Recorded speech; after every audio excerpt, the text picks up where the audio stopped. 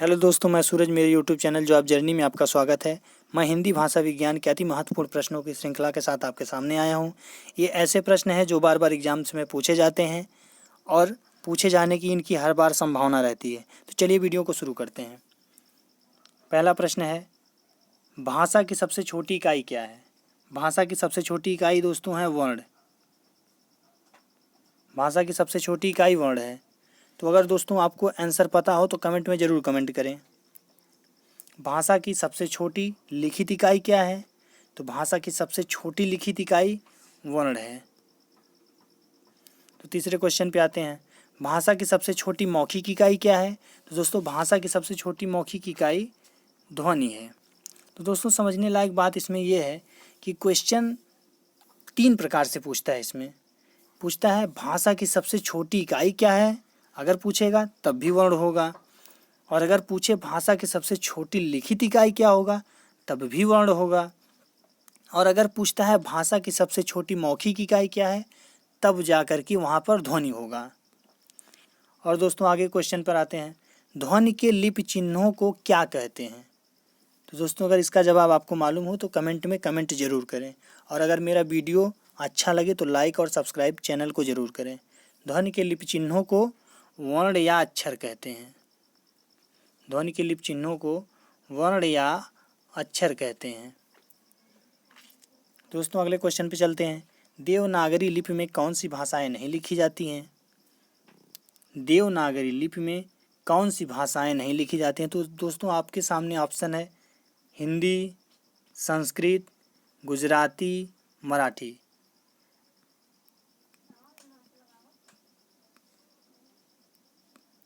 देवनागरी लिपि में कौन सी भाषाएं नहीं लिखी जाती हैं? तो गुजराती, क्योंकि तीनों भाषाएं जो हैं हिंदी संस्कृत मराठी, ये तीनों भाषाएं जो हैं देवनागरी लिपि में लिखी जाती हैं। केवल गुजराती ऐसी भाषा है जो देवनागरी लिपि में नहीं लिखी जाती है। चलिए दोस्तों अगले क्वेश्चन पे चलते हैं, वर्णों के सार्थक क्रम को क्या कहते हैं? वर्णों के सार्थक क्रम को क्या कहते हैं?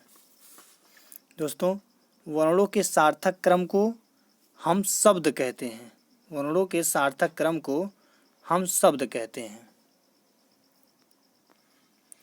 अब आता है दोस्तों, पद के कितने भेद होते हैं? तो दोस्तों पहले हम डिस्कस कर लेते हैं पद होता क्या है।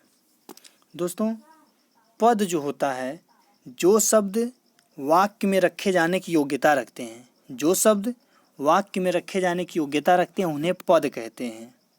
जैसे लड़का, वह लड़का है। यह जो शब्द है यह वाक्य में रखे जाने की योग्यता रखता है। वह लड़का है, यह लड़का है, वह लड़की है। तो अब आगे क्वेश्चन पर आते हैं, भाषा की लघुतम सार्थक इकाई क्या है? भाषा की लघुतम सार्थक इकाई क्या है? तो दोस्तों भाषा की लघुतम सार्थक इकाई क्या है? तो शब्द होगा। भाषा की सबसे छोटी या सबसे लघुतम सार्थक इकाई क्या है? तो शब्द होगा, क्योंकि सार्थक शब्दों के साथ हम निरर्थक शब्दों का प्रयोग कर सकते हैं, लेकिन केवल निरर्थक शब्दों का प्रयोग हम नहीं करते हैं। जैसे खाना के साथ वाना का प्रयोग हो जाता है, सोना के साथ ओना का प्रयोग हो जाता है। जैसे खाना वाना, सोना ओना, खाना पीना। तो दोस्तों हम एक निरर्थक शब्दों के साथ केवल निरर्थक शब्दों का हम प्रयोग नहीं कर सकते हैं, सार्थक शब्दों के साथ हम निरर्थक शब्दों का प्रयोग कर सकते हैं। चलिए अगले क्वेश्चन पे चलते हैं, भाषा की पूर्णतम इकाई क्या है? भाषा की पूर्णतम इकाई क्या है? तो भाषा की सबसे पूर्णतम इकाई जो है वह वाक्य होता है। भाषा की पूर्णतम इकाई वाक्य होता है। तो अब अगले क्वेश्चन पे आते हैं, हिंदी भाषा का जन्म किस भाषा से हुआ है? हिंदी भाषा का जन्म संस्कृत भाषा से हुआ है। हिंदी भाषा का जन्म संस्कृत भाषा से हुआ है। और अगले क्वेश्चन पे आते हैं, हिंदी भाषा का विकास किस भाषा से हुआ है? हिंदी भाषा का विकास अपभ्रंश भाषा से हुआ है।